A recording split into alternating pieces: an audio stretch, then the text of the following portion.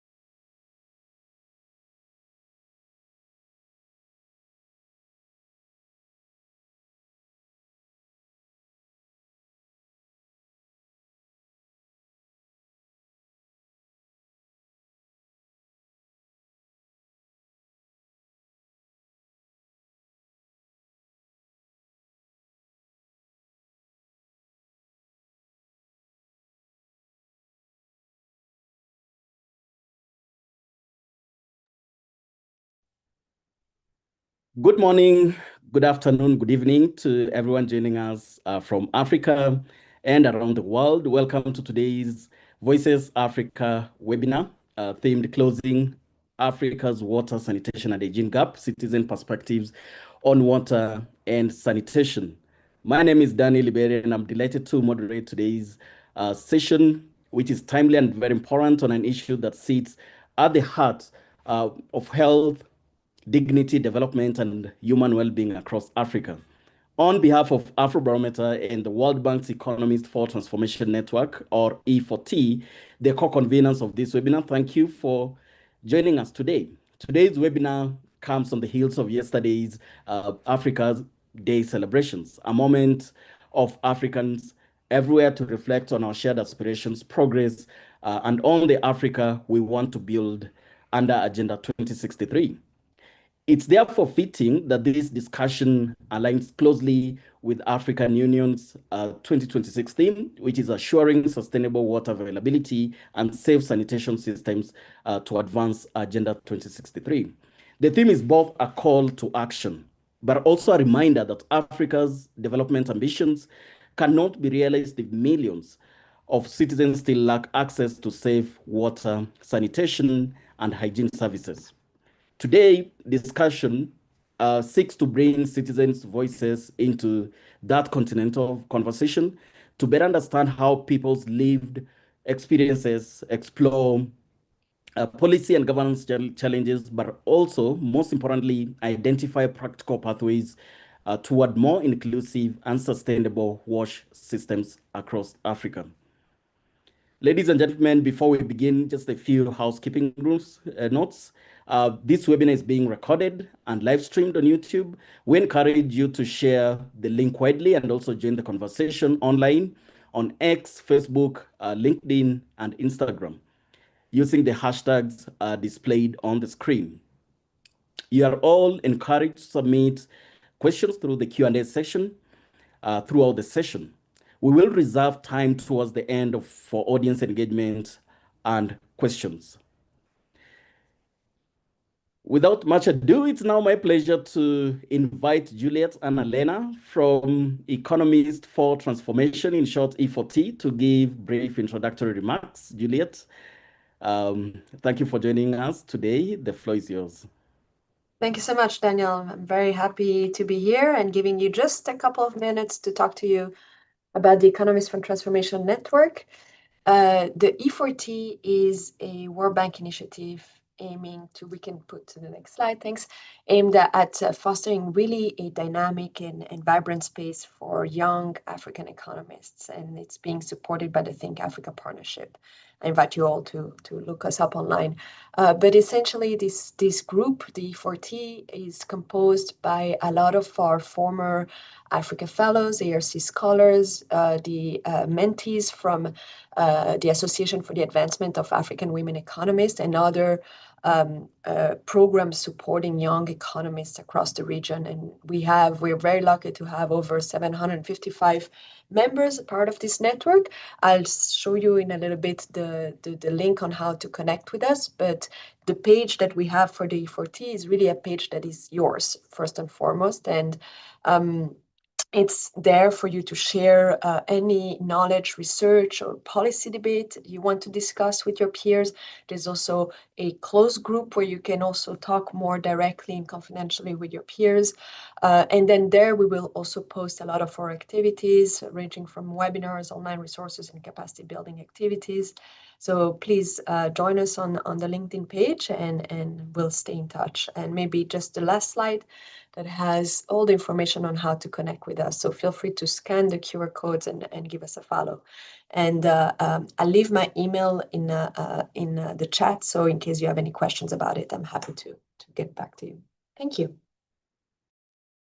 Thank you. Thank you so much, Juliet.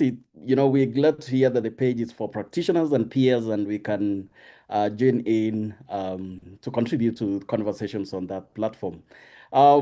At this point, I'd like to now invite Shannon Van Wyk Kosa, Afrobarometer's digital portfolio manager and co-author of the latest Pan-Africa profile on water and sanitation, to present the findings on water and sanitation from Afrobarometer. Over to you, Shannon. Thank you, Dan. Good day, everybody. I will be, as Dan said, presenting the findings on access to water and sanitation that have just been released in our round 10 PAP. So just a little bit about us. If you don't know about Afrobarometer, we're a Pan-African non-partisan survey research network. We provide reliable data on African experiences and evaluations of democracy, governance, and quality of life. Our goal is to give African publics a voice in policy and decision-making. And this month, we are actually completing our round 10 surveys. So we're going back to the drawing board quite soon, and we're going to launch round 11. In total, by the end of July 2025, we had conducted more than 280 surveys with nearly 440,000 respondents across 45 African countries. Next slide, please. This is an overview of where we work. You can see the corresponding colors and the countries. So the first round was red. If you look at round 10, we added Chad, the Comoros, and Guinea-Bissau to our list of countries. Let's go on to the next slide. And then just a quick overview of our methodology. We use a nationally representative sample of adult citizens. We employ face-to-face interviews in the language of the respondent's choice. And we also use a standard questionnaire, which allows comparison across countries and over time. We use a sample size of between 1,200 and 2,400 adult citizens, and that yields a margin of sampling error of approximately 2 to 3. So let's get into all of this data that we have. So I first want to discuss some data that we have on water supply as a priority for African countries. Here we see that on average across 38 African countries, water supply ranks third among the most important problems that Africans want their government to address. And this trails health, unemployment, and is tied with education and the increasing cost of living, as well as infrastructure and roads. We go down next slide and we look at water supply as a top priority. We can see that water outranks all other problems in Guinea, Chad, Benin, and Mozambique. Now, when we look at water supply as a top priority by urban, rural location and lived poverty on the next slide over here, we see that water supply is of particular concern among rural residents and the poor, who suffer major disadvantages on all indicators of access to clean water and sanitation. In our next section of this presentation, we're going to drill down a little bit into access to clean water. So here we can see that more than half, and that's 57% of Africans say their household experienced a shortage of clean water during the previous year, including 25% who say this happened many times or always. Experiences varied widely by country, with only 8% of Seychelles reports going without enough water at least once. Shortages affected more than 8 in 10 households in Gabon, Chad, and Mauritania. Frequent water shortages were particularly common in Guinea and Angola, as well as Gabon, while they were rare in Morocco and Mauritius, as well as Seychelles. When we look at this data, and we specifically look at the urban-rural location and lived poverty, we can see that rural residents are more likely than urbanites to report frequently going without enough water. So that's 29% versus 21%. And then on average across 28 countries surveyed consistently since 2014 and 2015, that's our round 6 survey, the proportion of respondents experiencing water shortages has been on the increase from 46% to 56% who went without enough water at least once, and from 19% to 24% who did so frequently. We're going to move to water infrastructure and sources. The first slide we're looking at is piped water systems and boreholes or tube wells in the enumeration area. So among enumeration areas visited by the AB field teams, 52% have a piped water system that most households can access. But that's true for fewer than 1 in 4 enumeration areas in Angola, in Guinea, Nigeria, Sierra Leone, and Liberia. When we look at the same data, but specifically focus on the urban-rural location and lived poverty on the next slide. As it might be expected, pipe water is far less common in rural areas than in cities, while boreholes and tube wells are more often present in rural zones. The poorest respondents are least likely to live in areas served by a piped water system, and most are likely to have a nearby borehole or tube well. So now we're going to look at the main source of water for household use.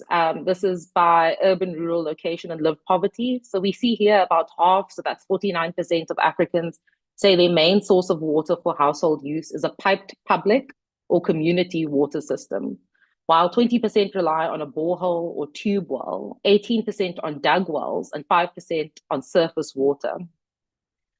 When we look at this data by lived poverty, we see economically well-off citizens are more than twice as likely as the poorest to enjoy piped water. So that's 77% versus 34%. Citizens experiencing high lived poverty are significantly more likely than their well-off counterparts to report that they depend on tube wells or boreholes and other sources of water. We're going to head over to our next slide, and we're going to look at the piped water system and borehole tube well in the enumeration areas. So as for the location of water sources, 25% of surveyed respondents report that their main source is inside their home. 27% say it's outside the home, but inside the compound, and nearly half say it's outside of the compound. Water inside the home is the norm in 5 countries: Mauritius, Morocco, Tunisia, Seychelles, and Cabo Verde. You can see that at the top of that graph. And it's almost non-existent in Sierra Leone and Madagascar, right at the bottom there, coming in at 1%. Changing weather patterns have forced 1/3, so that's 34% of Africans to reduce their water consumption or change their water sources during the past 5 years. We're going to move on to sewage and access to a toilet. So a quarter, that's 25% of surveyed enumeration areas have sewage systems, ranging from just 2% in Mauritania and the Gambia to 82% in Morocco. When we look at sewage systems in the enumeration area by urban-rural location and lived poverty, we see that fewer than 1 in 10 enumeration areas in rural areas, so that's 8%, have sewage systems compared to 41% of urban zones. Even among the economically well-off respondents, fewer than half live in zones served by a sewage system, although that's 3 times as many as among poor residents, and that's coming in at 17%. 23, we've got a lot to unpack here around the location of toilet or latrine across the 38 African countries surveyed. So 1/3 of Africans report that they have toilets or latrines inside their homes, while another 38% have facilities outside their dwelling, but within their compound, as we've discussed. 1 in 5, and that's 20%, rely on toilets or latrines outside their compound, and 8% say they have no access to toilets or latrines. In 5 countries, at least 9 out of 10 respondents have toilets inside their homes, and that's the Seychelles, Mauritius, Morocco, Tunisia, and Cabo Verde. But in 18 countries, fewer than 1/4 of citizens enjoy toilet facilities inside the home, including just 2% of Malagasy and 3% of Ugandans and Malawians. If we look at this data by urban, rural location, and lived poverty, we see that across the 38 surveyed countries, urban residents are more than twice as likely as their rural counterparts to have toilets inside the home. So that's 49% versus 18%. While rural residents are more likely to use facilities in or outside the compound, or to lack access to toilets or latrines. We go to our next slide, the last one in the section, we see that over the past decade, the proportion of citizens with no access at all to toilets or latrines shows no change on average across 30 countries. And this is surveyed both in round 6, so that's 2014, 2015 to round 10, which is 2024, 2025. But at the country level, 6 countries record significant improvements, and the improvement is classed as a reduction of more than 3 percentage points. This is led by Lesotho, then Cabo Verde, Sao Tome and Principe. But on the other hand, the situation becomes significantly worse in 5 countries, and this is led by Namibia and Ghana. We're going to move on to our final section. So this is government performance on providing water and sanitation services. So on average, across 38 countries, 6 in 10 respondents say their government is doing fairly badly or very badly on providing water and sanitation, while only 39% offer positive assessments. Majorities in 28 out of 38 countries, we can just go back to that previous slide, see their government is failing in the provision of these services. Most strikingly in Congo, Brazzaville, Nigeria. Approval is the majority opinion in 10 countries, led by the Seychelles and Malawi. We can head over to the next slide, which is government performance. Okay, there we go, perfect. By urban, rural location, and lived poverty. Excellent. So approval of government's efforts on water and sanitation is somewhat higher in cities than in rural areas, and increases with respondents' economic status, ranging from just 26% among the poorest to 60% among those experiencing no lived poverty. Finally, on our last slide, we see here that on average, across 30 countries surveyed in both round 6 and round 10, assessments of the government's performance on water and sanitation have not changed at all. But these averages obscure major changes at the country level. So 14 countries record significant gains in approval, led by Senegal, Tanzania, and Mali. At the same time, approval has dropped significantly in 10 countries, most sharply in Namibia, Sao Tome and Principe, Mauritius, and South Africa. Let's head to that next slide. That's the end of our presentation, but if you'd like to get into this data a little bit more, please go ahead and pull out your phones if you're on your laptop right now, and click on like your, take a shot of that QR code, and it'll take you directly to the PAP. We will also be uploading these slides on the Afrobarometer website. You can look out in the chat. I'll drop the link to those slides. Thank you so much, Dan. Thank you very much, Shano. Perhaps you can tell them what PAP stands for and which countries it covers.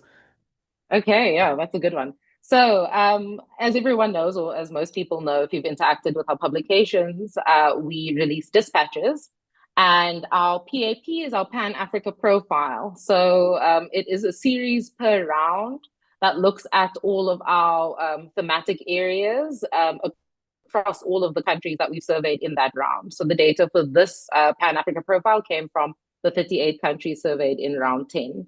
If you go onto our website on the publication section, there's a specific drop-down for PAPs exactly, and it gives you a great overview of what we're looking at per round across the continent. Thanks so much, Dan. Thanks, perfect. Yeah, thank you very much for those findings. Your findings, Shannon, clearly remind us that while water and sanitation remain fundamental human needs, access continues to be shaped by inequality. From what we are seeing from urban-rural divides, governance challenges, looking at government performance on water and sanitation. We've seen infrastructure gaps in terms of toilets located inside or outside the house, climate pressures, resource constraints. I mean, these are really weighty issues that African governments need to focus on. To help us unpack these issues further, we now move on to our panel discussion. We have really an excellent panel of experts. First, we have Akosia Kwafo. Akosia Kwafo leads communications and media strategy at WaterAid Ghana, where she advances evidence-based advocacy and public engagement on water sanitation and hygiene. Her work focuses on policy advocacy, strategic communications, and storytelling that highlights the lived realities of underserved communities, particularly women and children. Welcome, Akosia. You can wave. Yeah. All right. Thank you. Second, we have Harriet Adhiambo-Kal. Harriet Adhiambo-Kal is a World Bank consultant specializing in water resource management and climate resilience. Her work focuses on climate resilient water service delivery, rural water systems, GIS-based monitoring. She'll tell us what GIS means, and watch programming across Kenya and Somalia. She's also a former World Bank Group Africa Fellow. Karibu, Harriet. Karibu means welcome in Kiswahili. Thank you. Ida Gidu is a water governance specialist and managing partner at EED Advisory, a Pan-African consultancy focused on energy, water, and climate change. With more than 12 years of experience in WASH sector, she has led technical assistance, governance, and market development initiatives across sub-Saharan Africa. Karibu, Ida Gidu. All right, so, and last, but definitely not least, we have Thandile Gule. Thandile Gule is a water management specialist and World Bank consultant with expertise in water governance, climate resilience, and integrated water resource management. She also supports Africa-wide water and sanitation coordination processes through the United Nations Economic Commission for Africa, including implementation of the Water Vision, Africa Water Vision 2063. Welcome, Thandile. You can agree with me, this is an excellent panel, and we really look forward to your contribution. So let me begin with Akosia. We've seen from the findings that only 39% of Africans approve of their government's performance on water sanitation services, while 60% say the governments are performing badly. From your experience leading WASH advocacy campaigns, what explains this growing disconnect between policy commitments and citizens' lived realities? Hi, thank you very much, Daniel, and to Afrobarometer. So the thing is this, the disconnect itself is not really a mystery for practitioners or for people in the WASH sector, because the disconnect just shows a gap, the difference between presence and reliability of the service, because when government is measuring progress of the number of people or percentage of people that have had access to clean water, they are measuring it by the pipelines that are available or even the boreholes that have been drilled. But when citizens are measuring their access to water, they are looking at the availability of the water when they open the tap. And that's where usually the divergence is, because government is looking at progress in one way, citizens are looking at progress in the other way. And when you look at the data, and I'm so happy that the data sort of confirms what all of the other panelists will say, that these are things that you pick up based on the work that we have done over past. The satisfaction levels also speak to what I said earlier about the divergence of what we are all measuring. But beyond infrastructure, there's also a governance dimension that we should not overlook. For instance, in 2022, there was a research that WaterAid did using the World Bank methodology, and that was measuring the healthcare acquired infections. And we realized that it cost governments more than $1 billion in terms of economic cost of healthcare-acquired infections is high. That's information that is there. So government is still paying for the lack of services in other areas. So it will not necessarily show up in the budget line or in a line item in the budget under clean water, but it will show up in how much government spends in terms of healthcare or addressing the healthcare needs of the people. So we are paying for the divergence, so we are paying for that in other places. But the key thing is that we need to be conscious about that disconnect and then finding the line between measuring, helping government see what the citizens are seeing, and helping governments understand that improving people's access to clean water, the way we have always seen it as charity or social good, or it's a benefit that you get, seeing it beyond that nature of a social good and seeing it as an economic enabler. Because when you look at the Afrobarometer data and you see how the issues are ranked, water links up with health, and also links up with unemployment. So then it means that improving people's access to clean water is actually an enabler that will help solve a lot of the issues that governments grapple with. So I'm happy we are having this discussion. The disconnect basically is government looks at access in terms of whether the borehole is there, but citizens look at the access in terms of whether the service is available when I turn my tap on. So that's where the disconnect is. Thank you very much. And that is the aspect of the lived reality. What we are seeing here, the data that we are seeing here is, reflective of what is happening on the ground. But yeah, the disconnect is not a mystery. But then we need another webinar now where we put the government on the spot, the policymakers. And it's actually you practitioners who need to tell them that there is this disconnect.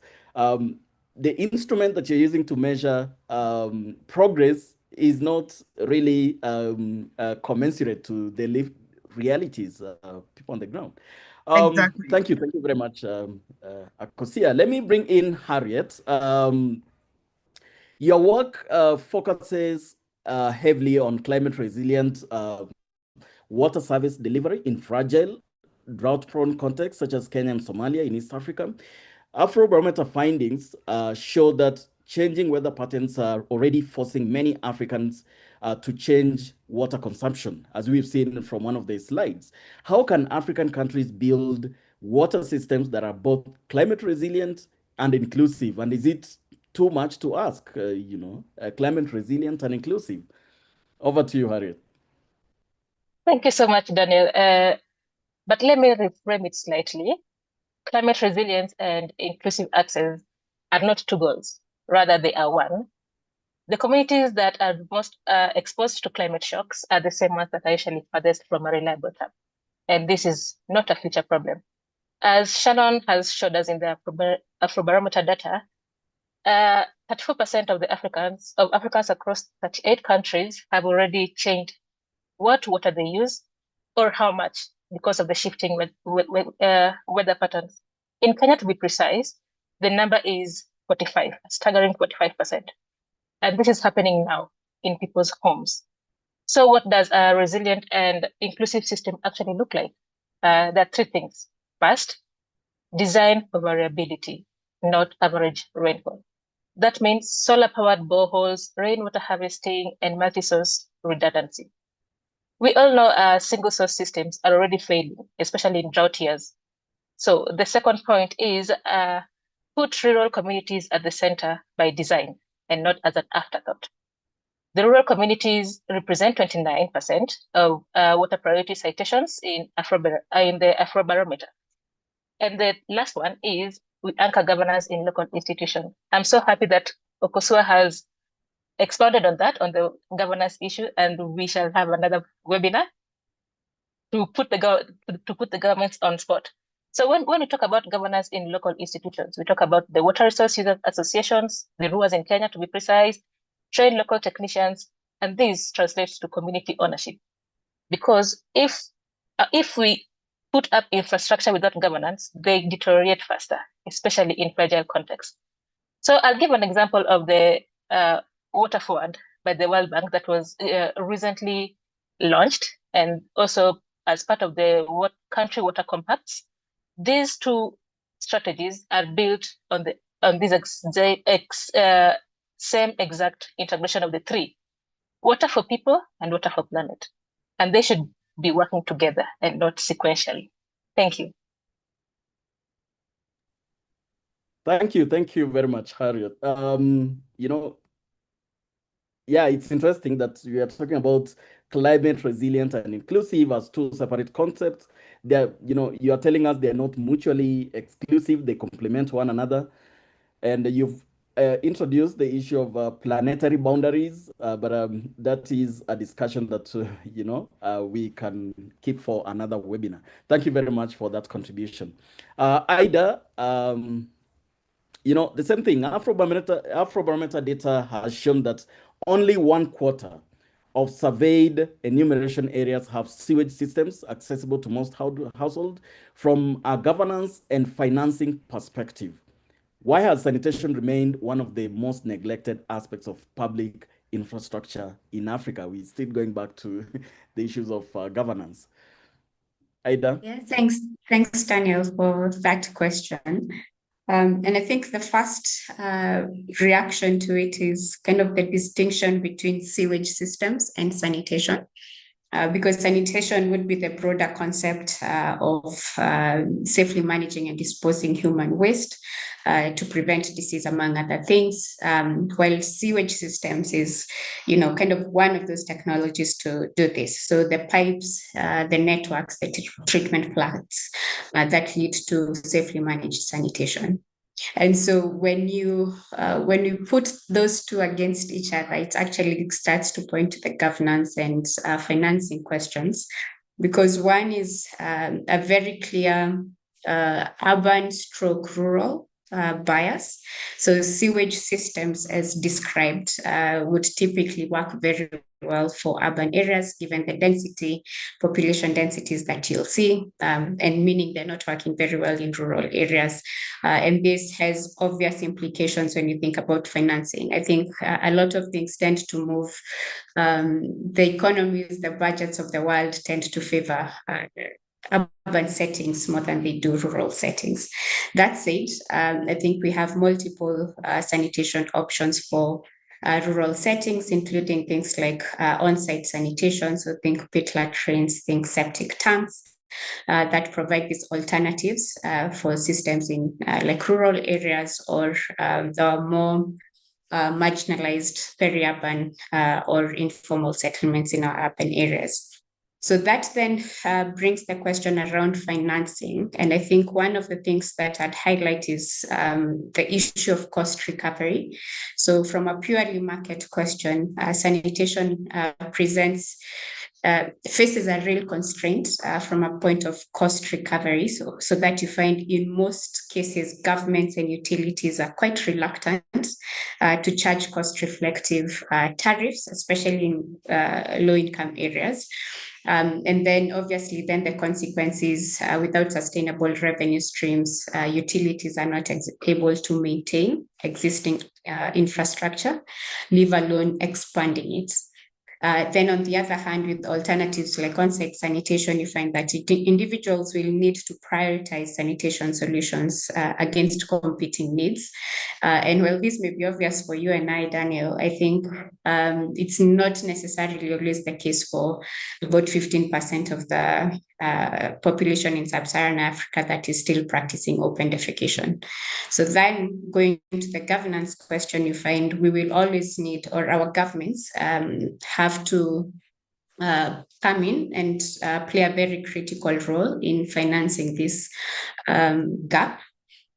Except that one of the challenges that faces the sanitation sector is a chronic kind of institutional fragmentation, and I've seen it across many countries, where sanitation sits awkwardly across ministries. So it will sit somewhere between health, water, government, that's local government and environment. And not always, I think very few countries will have all the sanitation aspects. So from just our own human, so sanitation from a human perspective, environmental sanitation, we'll think about sanitation facilities for health, for education. So it's very complex and how we think about it, and rarely is that entire mandate put in the same ministry. And so with this kind of bureaucratic diffusion, what you find is accountability then ends up being diluted, planning is quite uncoordinated, and spending gaps, which we were trying to fill from the issues that are raised from a cost recovery perspective, end up falling through or falling between different institutions. Thank you very much, Aida. The structural challenges, there are structural challenges, but we have options for urban areas and rural areas. But to what extent our policymakers actually know this, and they are following up? In Kenya, we have county governments. What will be the role of county governments in these? What will be the role of national governments? They both oversee urban and rural areas, and I'm sure so many other countries also have those two levels of government. It's striking, but also frustrating to talk about open defecation in this age. But 15% of you have alluded to still practice open defecation. This is a sorry state, and we actually need to talk more about these issues. I think we should now move on to Tandile. Thank you, Aida. Tandile, the findings show that there are major disparities in access to piped water, sanitation systems, and household toilet facilities across countries and between urban and rural populations. How can regional cooperation and continental frameworks such as Africa Water Vision 2063 help close these gaps? Tandile. Thank you so much, Daniel. I think if there is one thing that the Afrobarometer results are showing us, is that we can no longer continue to treat water as a standalone sector. We need to integrate with the other sectors, because we saw that even most of the people that are having water insecurity issues are the same ones that are having also suffering from the other multi-dimensional vulnerabilities. So we need to integrate within sectors and follow a nexus approach. And what the Africa Water Vision is providing continentally, it provides a convergence for water investment logic. And if and the practical value is in three under discussed areas. One, basin level investment coordination. What the vision is pushing for is aligning transboundary basin investment plans with national capital budgets, because most water investments are still national, yet hydrology is regional. So the vision is pushing us towards thinking broader when it comes to water. And this is also how we solve the issues of disconnectedness, because in looking at water this way, we are able to bring upstream storage, downstream education, hydropower planning, and many other parts that are in which we are using water. And then secondly, it's helping us to standardize service definitions. We heard from the first panelist in the beginning of how access means different things across different peoples. In countries, even in the same city, access means different things. For example, for others, it means piped water on premises. Others, it's community stand pipes. It can be intermittent utility supply, or even protected wells, depending on where you come from. So having such frameworks such as the water vision help us to harmonize these definitions. And then without harmonized definitions and performance thresholds and the monitoring frameworks, then disparities are often understated or mismeasured. Like we heard from the presentation that we still have people that are thinking the government is doing less or it's doing more. So if we, depending on, and this is comes a lot as well from how we define the service definitions. And then the third one is on convergence with the other sectors, the one that I started with, the nexus approach. Because when allocating water, we do not differentiate between sectors. It is the same water resource that we are using for either irrigation, for food, for all these other different sectors. We're using the same source. So we need to find a way to bring these ministries together. And the Water Vision provides an entry point for that, because it touches into all these sectors, looking into how we can look at sanitation in an economic way. How do we look at water as an economic enabler? So yeah, I think I'll end there for now. Thank you, Tandile. You could have continued. It was really impressive. Yeah, but in the interest of time, you've mentioned very important points here. You can't solve what you can't define, and that's the need to harmonize the definition of access to water and sanitation. Very important. Aligning and streamlining Africa Water Vision 2063. Very important. And of course, integrating water management with other multidimensional issues, as well as ensuring convergence with other sectors, including ministries. Thank you very much, Tandile, for that submission. I want to go back to Ida. And I'm sorry, I had to dig deeper into your profile.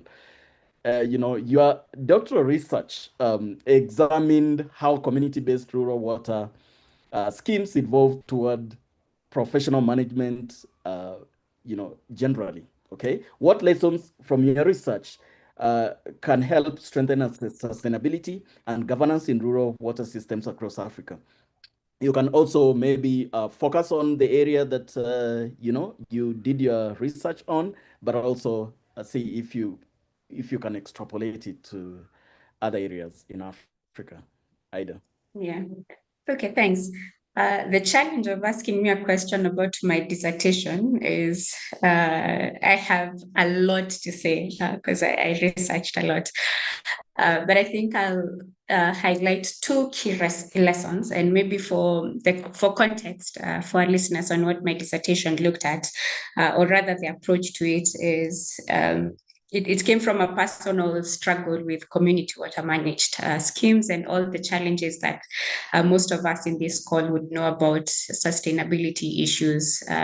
Statistics like 1 in 3 community water schemes have failed at any given time, etc. And I'd been working in the sector for a while. And so this was a question that I really wanted to pursue further. So with my approach was to identify schemes in Kenya. So I looked at Embu and Tharaka Nithi that had been in existence for at least 30 years, started off as community managed schemes.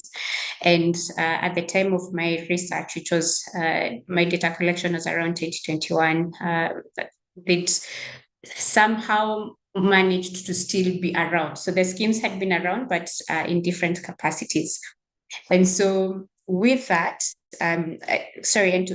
preamble here is my selection was not based on saying Tharaka Nithi or Embu County, but I basically looked at a list of the different schemes that show up in our impact report. So for non-Kenyans, our regulator has this annual report that ranks different water utilities, and that was my starting point. So somehow all my case studies ended up being in Embu and Tharaka Nithi based on my selection approach. And so with that, what I'll say is maybe two key takeaways that I think are useful for as we think around sustainability and governance of rural water systems across Africa and mostly sub-Saharan Africa is one, kind of the transformative power of using an appropriate institutional template. So one of the most significant and probably what I consider my most novel finding of this research was that 5 of the 7 schemes that I looked at and the 5 schemes that had successfully adopted professional management did not invent their own governance models. from scratch. So instead, what happened is they appropriated those the institutional templates of the coffee cooperatives, which are quite predominant in that area, in which the communities are quite familiar with. Kenya had gone through a very extensive reform within the coffee sector in the late 70s, early 80s. And so these communities actually appropriated the management structure of the coffee cooperatives into their water management schemes. And so what this meant, especially from a governance perspective and the governance architecture of these rural water supplies, is they had an elected management committee that was responsible for oversight. You'd compare that to having a board of directors in utilities today, but they'd have that from the get-go, from the word, like from the founding, which I thought was very interesting. And then they would hire competent staff that would go through different trainings like bookkeeping, collections, so billing and collections.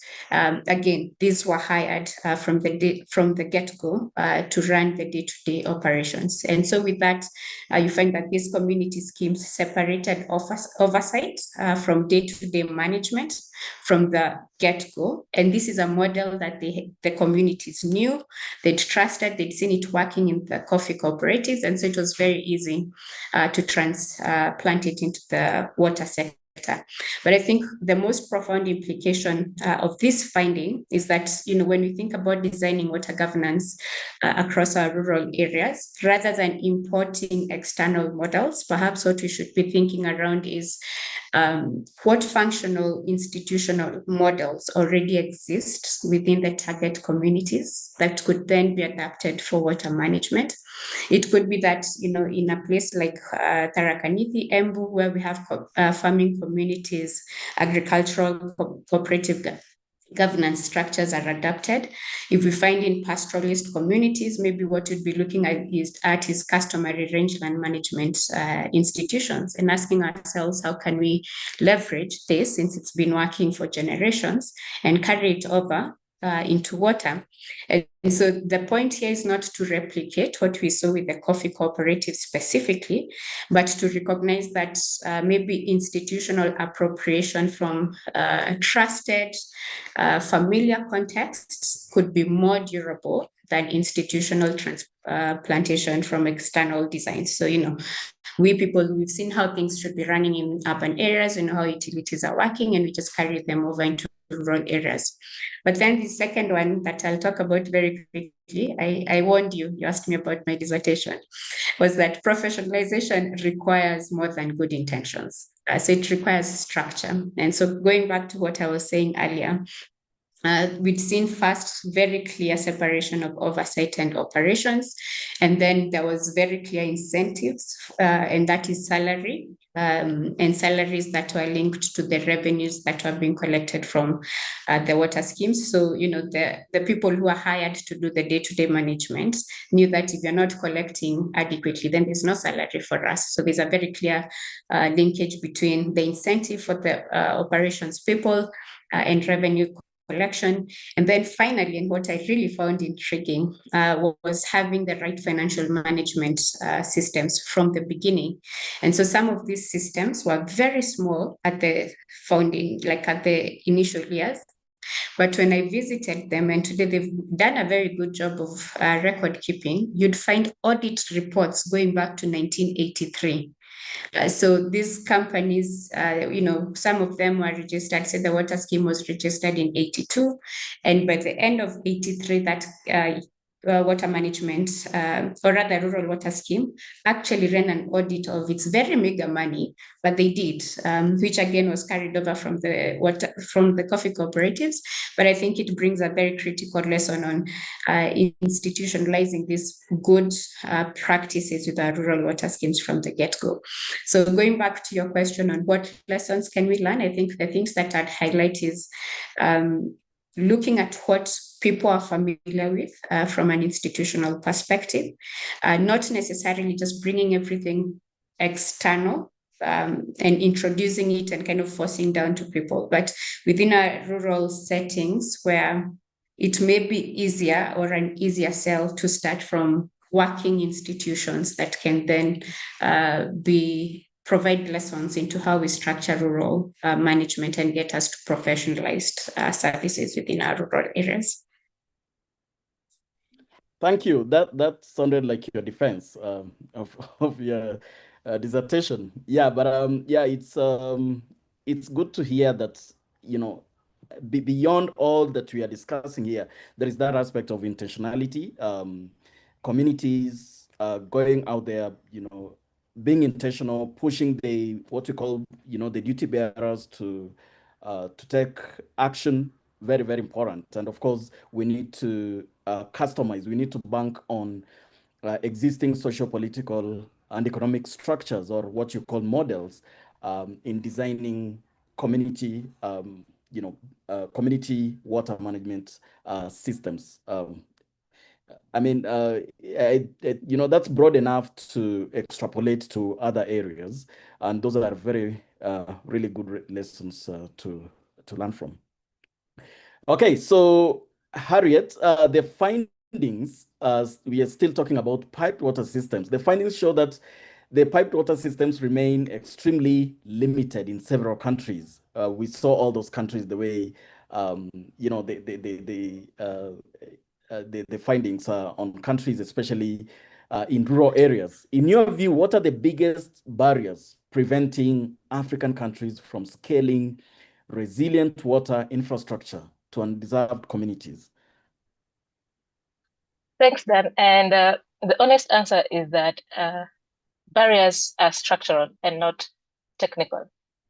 We know how to build a borehole. If you ask my grandmother back in the rural areas, she would say, okay, you just dig, bring some machines, drill it. So they know how to drill a borehole. But the problem is always everything around it, which includes finance, institutions, and politics.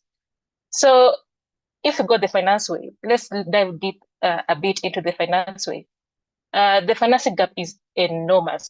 And if I just pull in the digits, the Water Fund Framework estimates a need of $6.7 trillion by 2030.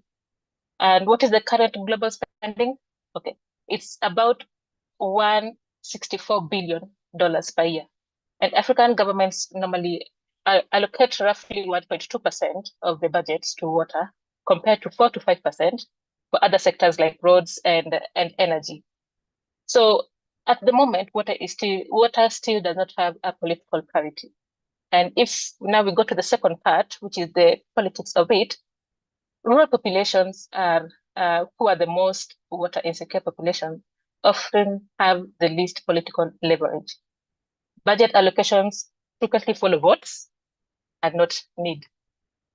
And if you go back to the Afrobarometer data, this is actually confirmed, because the rural citizens are nearly twice as likely to cite water as their top priority and twice as likely to rate government as poor. Well, it is from the barometer, Afrobarometer data.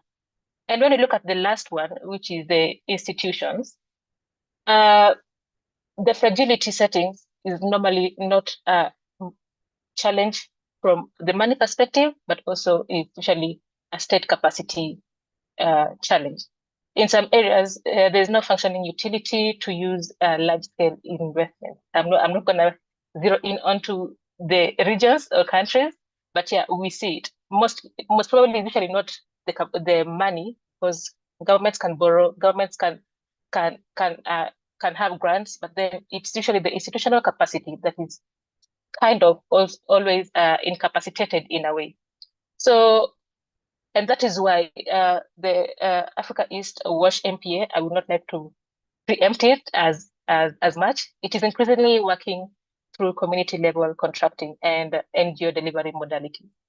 And this is where now we are meeting countries where they actually are.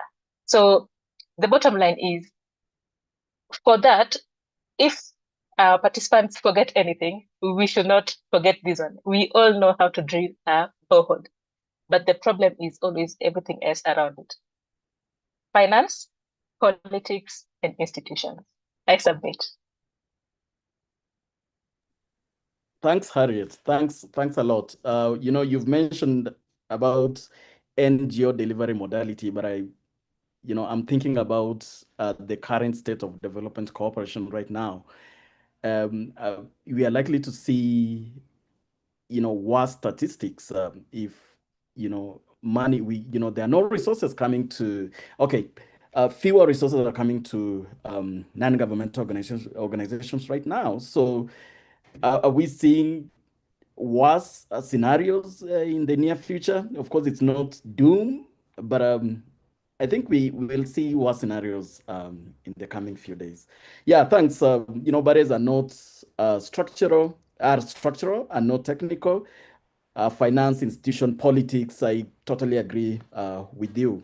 And someone, also said that politics is development and development is politics. So yeah, it makes it very complex and even more complex for you practitioners. How can you now infuse these into governance systems to make them work? You've talked about 1.4% of the budget is allocated to water and sanitation instead of 5%.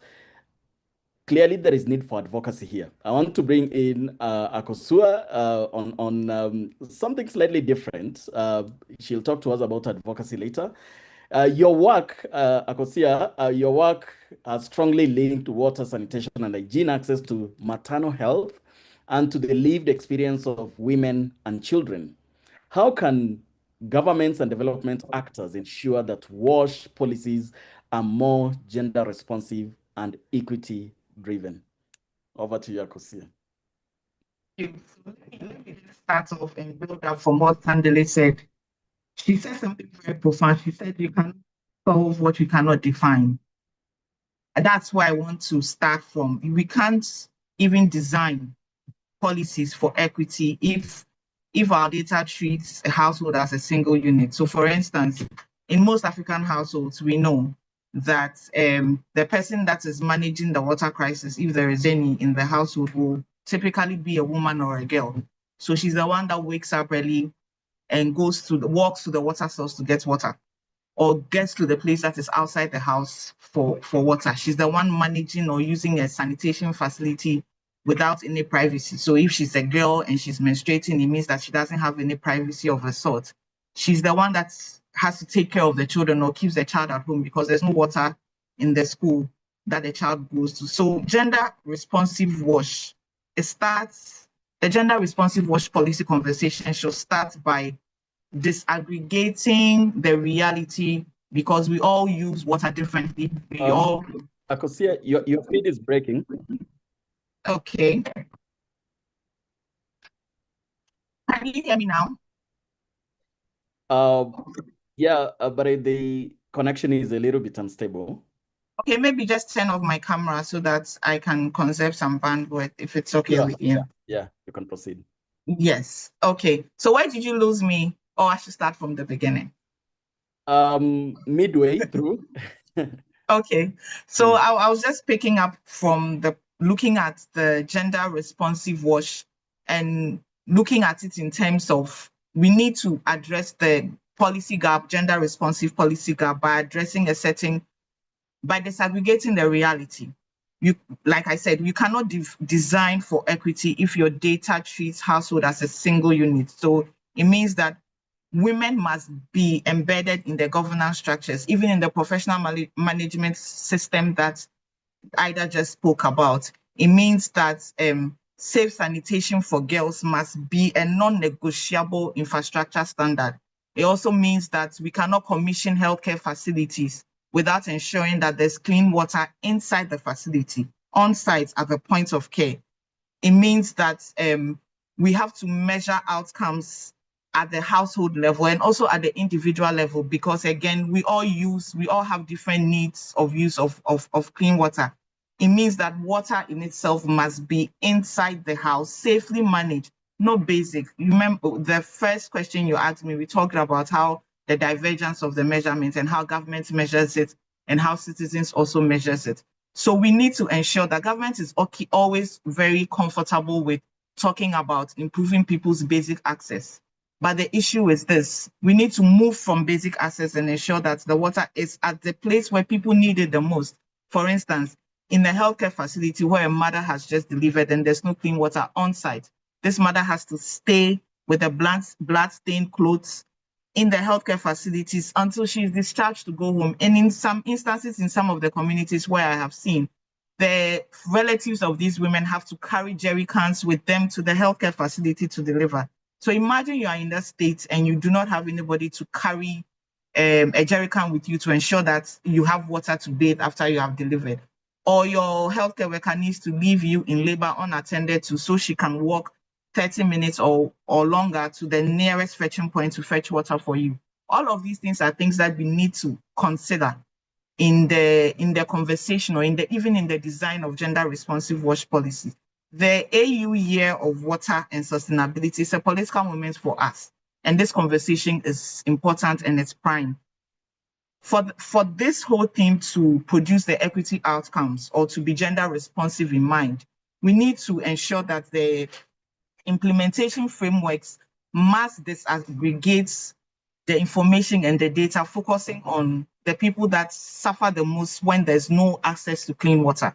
That is women, that is girls. We need to consider that not just as a checkbox in terms of counting beneficiaries, but as active decision makers, because we all use water differently. And again, I will echo that a lack of access to clean water affects women and girls disproportionately. Thank you, Daniel. Thanks a lot, Akosia. Yeah. Even as we talk about access to water, we need to just go beyond looking at it as units, but also be deliberate in those demographics, especially women and girls. We need to measure outcomes at the household level, and we also need to move from basic access to actual point of need. And of course, the AU theme is a political moment, and let's capitalize on it. Let's make a lot of noise around water and sanitation. Unfortunately, that's how best some policymakers get to act.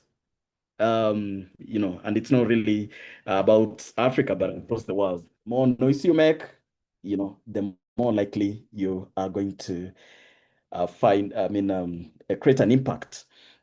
Okay, so Tandile, you've been quiet.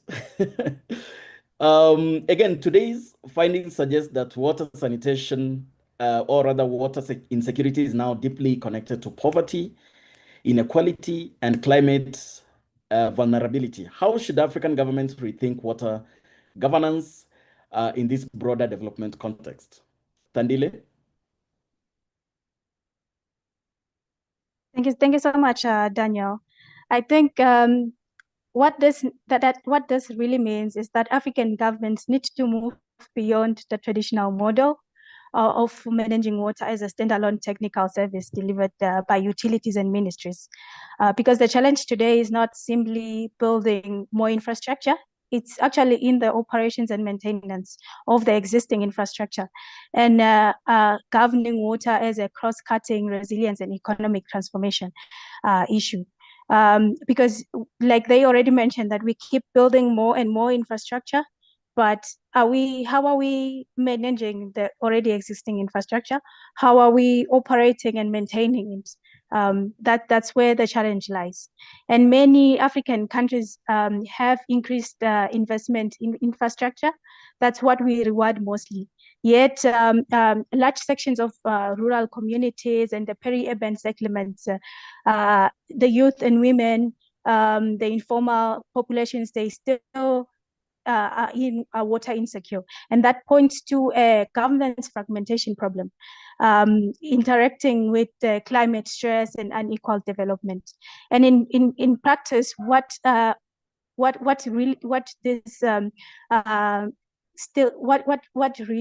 this really states is that we are still managing water through parallel institutional systems. We have water supply and sanitation under different utilities, and there's the groundwater that we're not even talking about. Yet what climate is really teaching us is that we cannot continue to look at water as a stable hydrology, but we need to be adaptive in the way we govern. And the result is often that governments may have stronger policies. We have different plans and water treaties at even the national level, but we have weak system coherence when it comes to actually implementing this. So the major shift is not merely conceptual. It needs to start with institutional alignment. First, we need to make sure that we are moving from fragmented project reporting towards integrated national water accounting systems that are linked to our SDG indicators and national planning frameworks. And then we also need to make sure that we are aligning the national water investment plans with our nationally determined contributions and our national adaptation plans, because most water infrastructure being built today is effectively climate change, climate adaptation infrastructure, whether we label it as such or not. And also we need to make sure that we are integrating groundwater governance into national resilience planning, especially given its role during droughts and climate shocks. We're seeing a lot of cities currently relying on groundwater. So we need to make sure that we are reporting on this as well. And at the same time, we also need to embed utility performance, rural service delivery, and climate risk indicators into unified national dashboards, rather than the fragmented reporting streams to different partners and institutions that we currently have. And we also need to strengthen river basin governance, because climate impacts increasingly transcend administrative and political boundaries. So we need to work together as countries as well, that transboundary cooperation.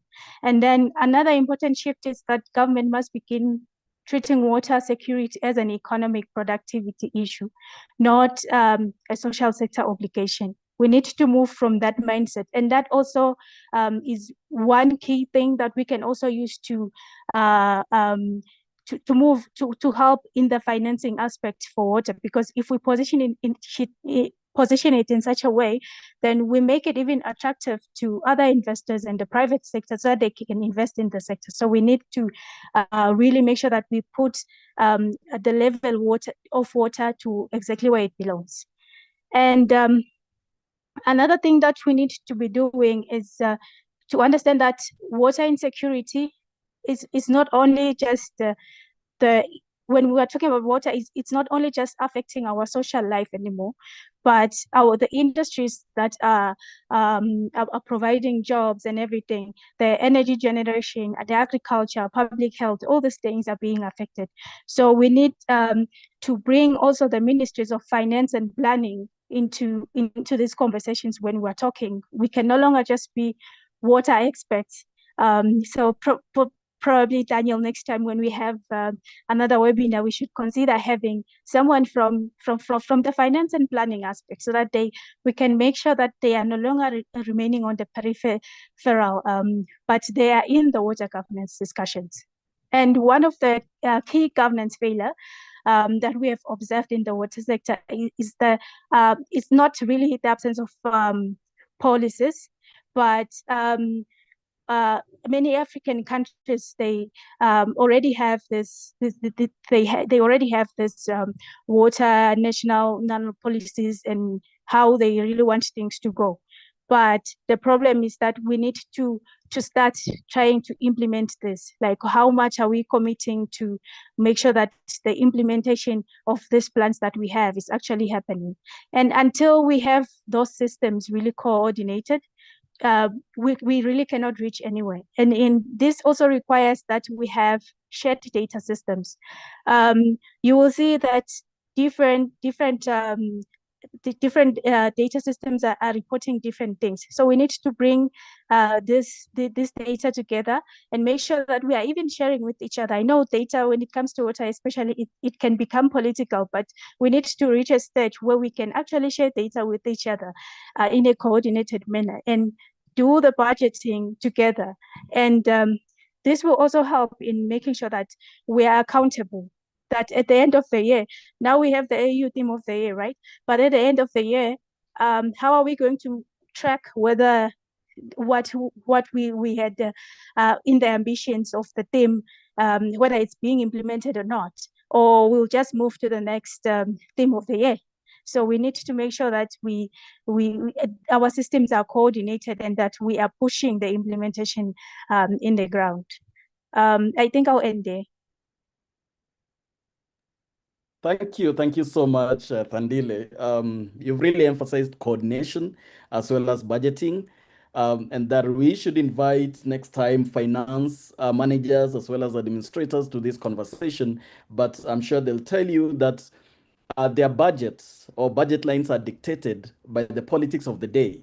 But that will not deter us from inviting them to this platform for them to tell us how those budget lines are dictated by politicians, you know, and not the lived realities on the ground. Okay, thank you very much, my panelists. That was really excellent, and we now move on to the Q&A session. I'll start with what is in the chat right now. Julia Van Stenisis, Julia. Very interesting, Shannon. I have brief questions. How did you distinguish between urban and rural areas in your analysis? In many rapidly growing regions across Africa, peri-urban areas also exist and can be difficult to categorize. How was this addressed in your data collection? Additionally, where can we expect to see more information on these graphics reflected or published? Thank you very much. That is from Julia. Shannon, do you want to respond to that? Or I can see that Shannon has already responded through the chat. Yeah, it was actually Josephine, I think, sent a really nice response. And then I followed up a little bit later and I dropped the link for the slides. They are on the AB website if you'd like to access them. And is there a charge? Do we need to pay to access Afrobarometer data? No, Afrobarometer data is a public good, freely available on the Afrobarometer website. Very important. Yeah. Thank you. We have another question from Joshua Fafano. They are very insightful. I want to find out the following. Is it possible to have access to data sets for academic purposes? If yes, what will be the process to obtaining them? Does Afrobarometer open its doors for research collaborations? Let me see if it has been addressed. Not yet. I don't know. Shannon, would you come in, or Josephine, to respond to that query?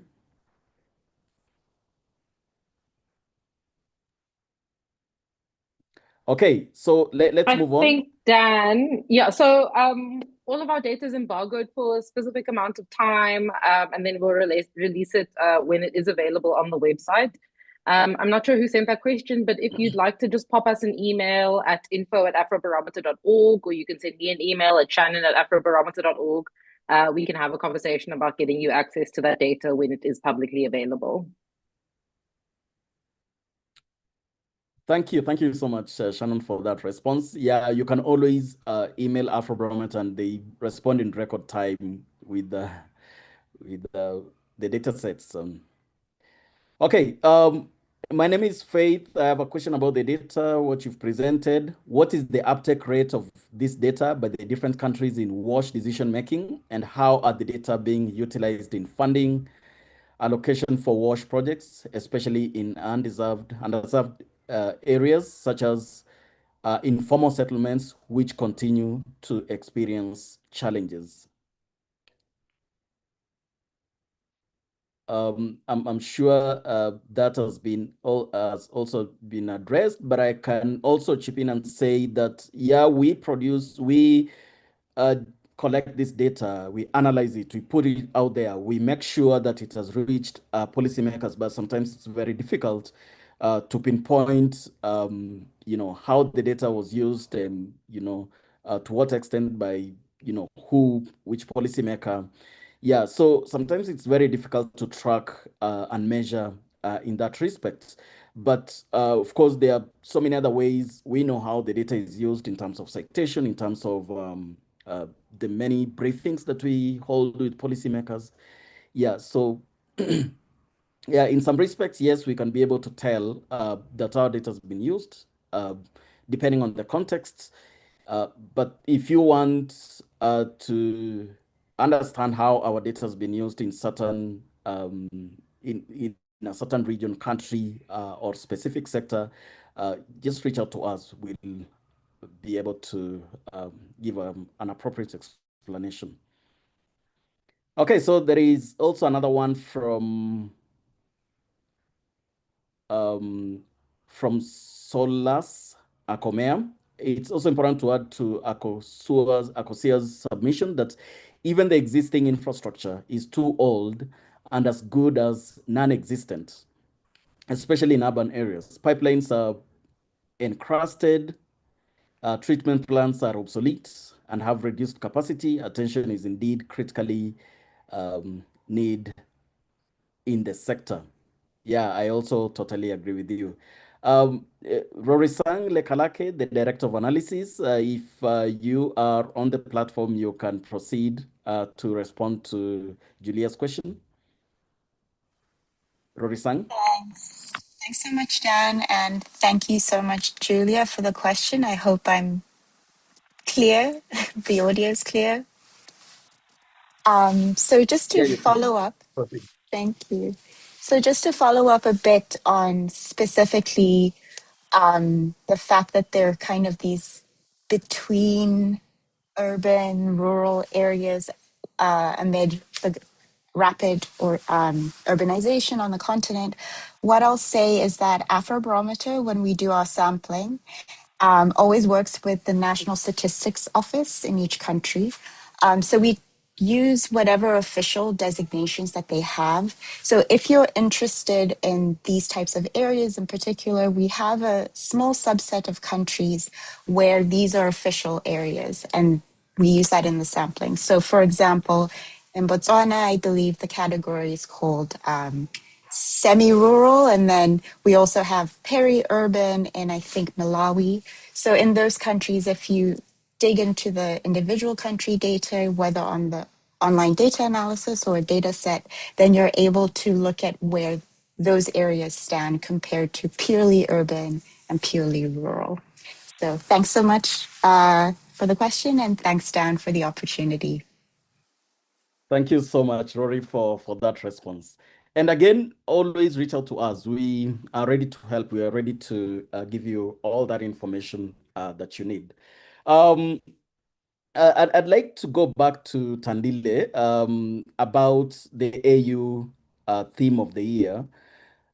From your perspective, Tandile, what concrete policy or institutional shifts are needed for this declaration to translate into measurable improvements for ordinary citizens? You've mentioned that we need to track the progress, but maybe you can explain more about that, how maybe we can track or make it worthwhile as a theme. Yes, thank you so much, Daniel. I think it's very important that we are having these conversations here because the biggest risk with continental declarations is that they generate political visibility, but then we don't follow up with any institutional changes. What we need is for countries to move towards national water and sanitation implementation compacts. And that means having clear, defined annual service delivery targets. At the end of the year, what is it that we really want to achieve as African countries? And then the financing commitments. I think the figure that we need for the amount that we need for in the water sector keeps increasing every time I hear it. Are we going to keep quoting it, or are we going to actually try and mobilize finance and commit also our domestic resources into implementing the STEM? And then there's the utility reform milestones that we need to talk about, because most of our utilities they do need that reform. So having that and doing that during this year can be very effective. And then groundwater protection measures. What measures are we going to put to make sure that groundwater doesn't remain invisible, but we actually make it visible? And then there's the accountability mechanisms that are also tied to how our ministries are performing, and then the national budgeting systems. And one of the biggest structural problems that we are actually facing as a continent is that our financing still overwhelmingly rewards visible infrastructure rather than functioning systems.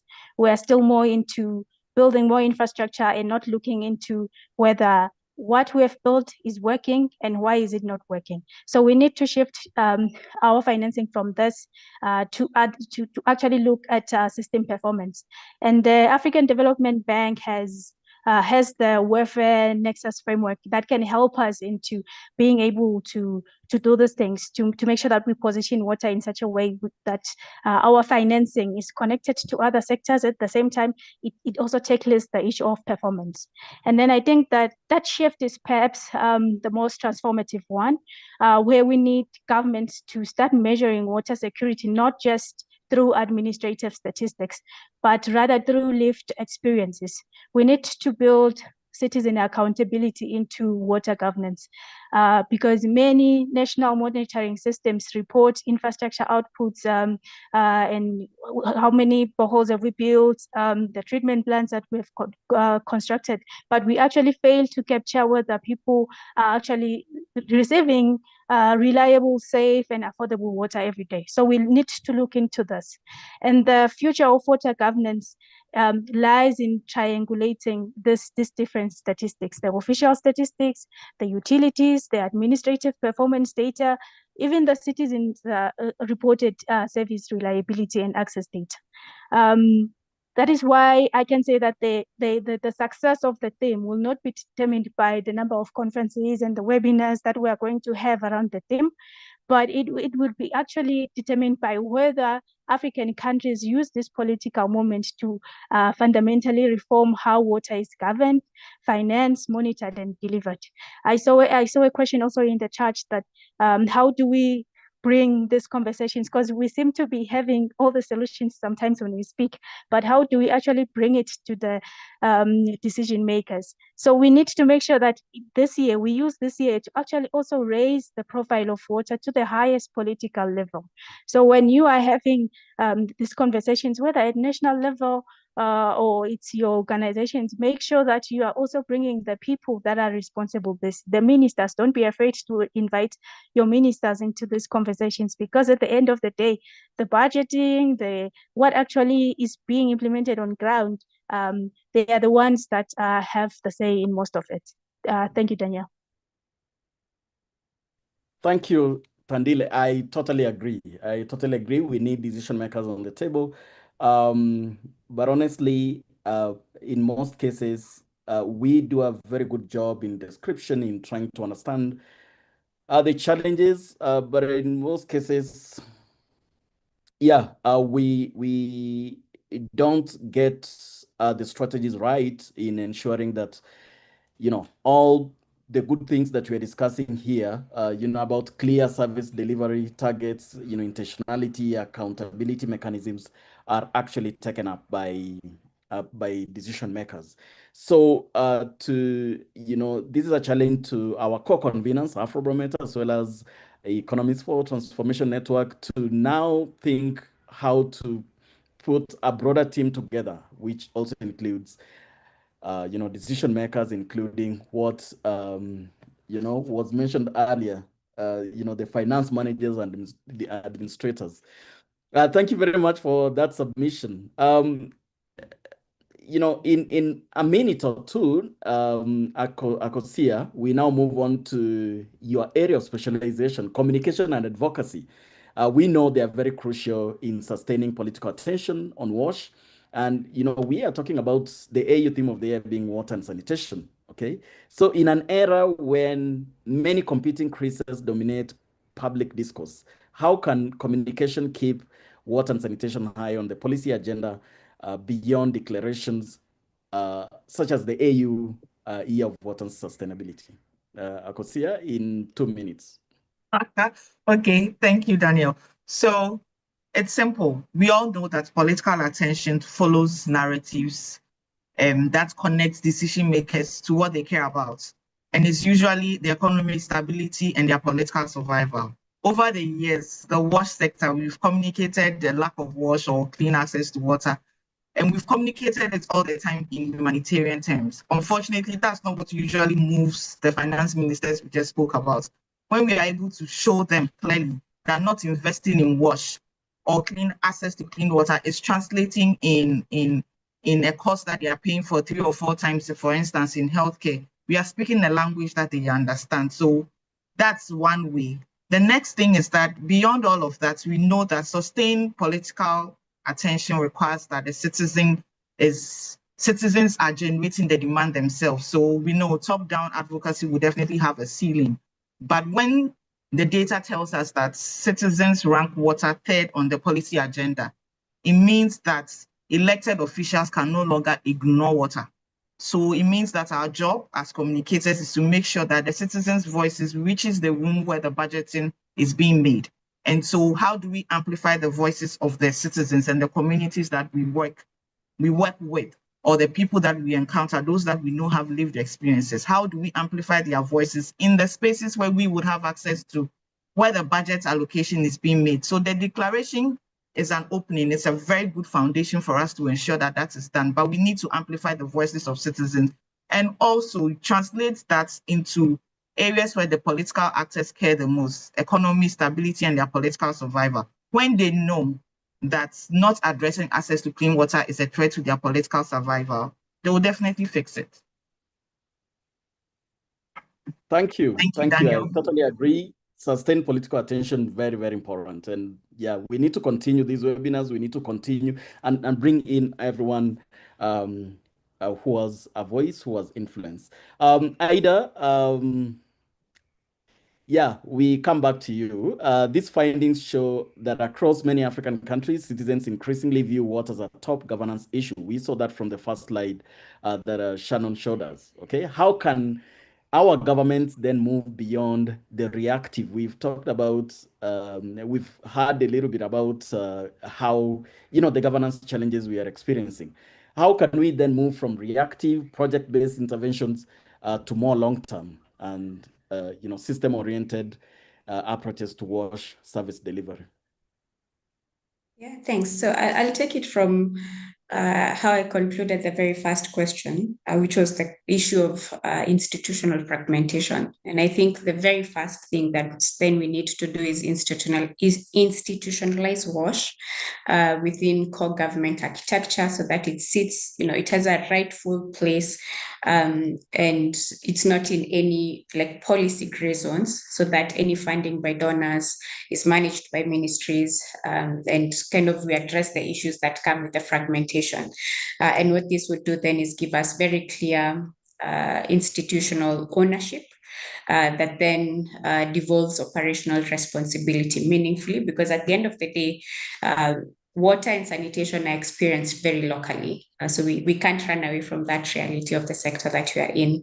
But if it has a proper home that accounts for it, I think, and even supports the coordination that you were talking about, becomes very useful.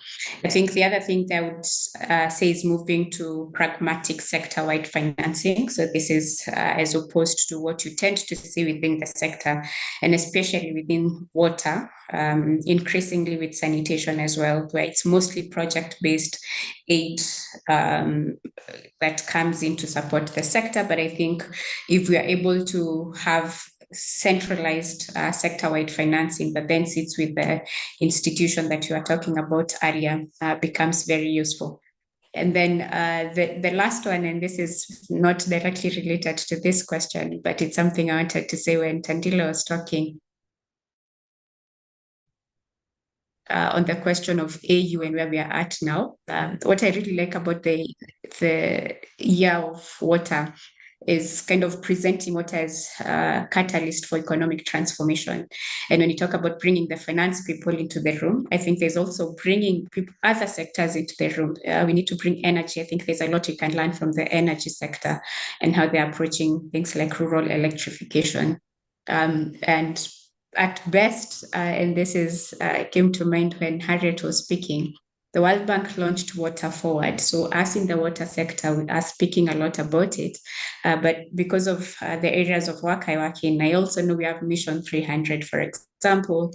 They also have AgriConnect, which is more on the agriculture side. And if you think about all of them, at the end of the day, there's a water component there. And if you're not talking to all these institutions, so you find water is doing a water compact and mission and water forward, World Bank. Mission 300 countries are doing energy compacts. If those things are not talking together, then we are missing very critical aspects for financing, for institutionalizing sustainable finance mechanisms that can bring in the energy component, the agriculture component to enable sustained financing for water, which tends to be the one that suffers the most because it's seen as a common good. Thank you.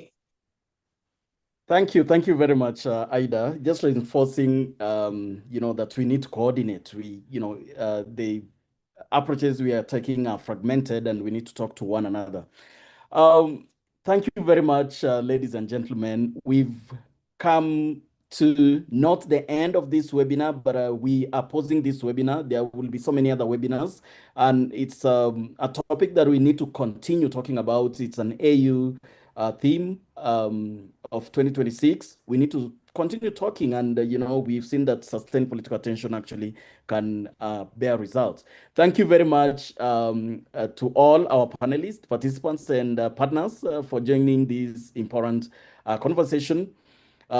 On behalf of Afrobarometer and the World Bank's Economists for Transformation Network, thank you once again for participating. I'd like to also mention that on 5th August, Afrobarometer will launch its third annual flagship report, which offers fresh continental insights into the views, priorities, and lived experiences of African citizens. Previous flagship reports are freely available on the website. And if you need more details, the more details will be shared in the coming weeks. Please continue engaging with us online using the hashtag Voices Africa, hashtag Closing the Wash Gap, hashtag Wash in Africa, and there are so many other hashtags by AU. Have a wonderful evening ahead, everyone, and thank you for joining. Bye.